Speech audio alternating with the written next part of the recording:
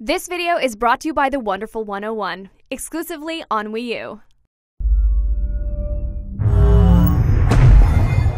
Hello IGN, I'm Keza McDonald. I'm here at Tokyo Game Show 2013 with Jose Otero. Hey guys, what's up? You might be able to see behind us, like, Hideo Kojima's up there having a little chat about Metal Gear Solid 5 The Phantom Pain. We just saw the demo for Ground Zeroes. Yep, that's right. So the difference this time is that we saw it running on next-gen hardware. That's right. Like it was at PS4 specs. And they showed a lot more than they've shown before.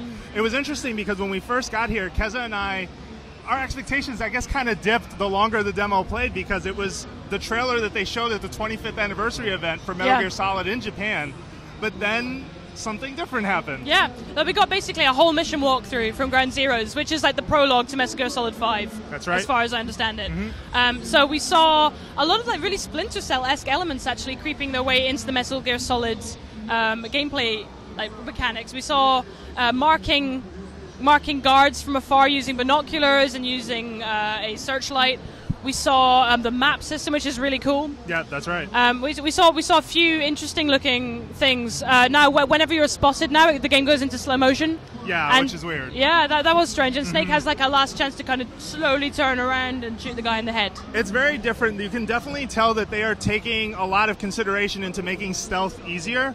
Marking enemies is something that makes a lot of sense because if you notice, there was not a lot going on the UI front, right? It's very clean. Yeah. But when you tag a soldier, you'll see like a triangle over his head and have a way to at least keep track of him if he's behind an object or if he's doing something else. I think it's very smart to look at what Splinter Cell is doing.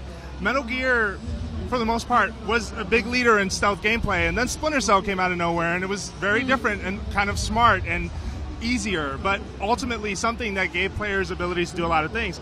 In Kojima's games, to be fair, he plays with a lot of systems. For example, Metal Gear Solid 3 had a way to get rid of people's food rations, so they're walking around starving, and that would affect the soldiers in a certain way. So I'm excited to see him marry the Splinter Cell elements with the Metal Gear elements that he's been putting in every game. It's very interesting. Like when he rescued that POW. Yeah. I mean, that's something maybe the PSP games have delved into, but it's kind of cool to see them revisiting that and finding new ways to use it. Indeed, and like the goal in this particular demo was to rescue this prisoner of war who was stuck in an American base by the looks of it. Yeah. And we also saw him drive a car. Yeah. That was cool to see. It's cool to see Snake driving a car. I think that the biggest difference between, like, we saw the same demo running on PS3 spec hardware. The biggest difference there was the level of detail in like the ground. Yeah. And like it was raining and like everything looked slick. Yep. And you could see like the raindrops bouncing off individual things. Yeah. The frame rate was, I wouldn't say it was 60. No, yeah. Nowhere near. There was a hiccup here or there too, but ultimately it was very smooth. I mean, it's visually hugely impressive. You can always rely on Metal Gear Solid 2 to lead the way technically. So with the new generation, I think Metal Gear Solid 5 is going to be a landmark in terms of how visually impressive it is. I'm a little worried about this, like you're spotted and everything slows down a bit. I feel like one of the better aspects of Metal Gear is that you had to kind of deal with the situation right there. And historically, that was sort of up to how good the player was.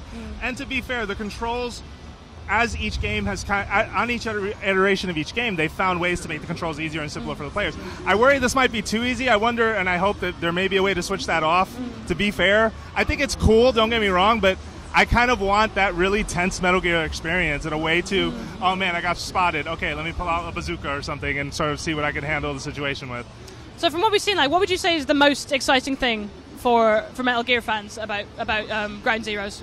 Definitely something, I mean, that they've just said early on, which is that these bases can be infiltrated from any point. And I think that it'll be exciting to see more, but that's the first thing I saw that has always been on my mind. Like, wow, different ways to get into each base. That's going to be impressive because they've flirted with it before, but now they'll have it. Yeah. So for everything else on Metal Gear Solid 5 and on Metal Gear Solid Ground Zeroes, stay with us at Tokyo Game Show 2013 and stay with us at IGN.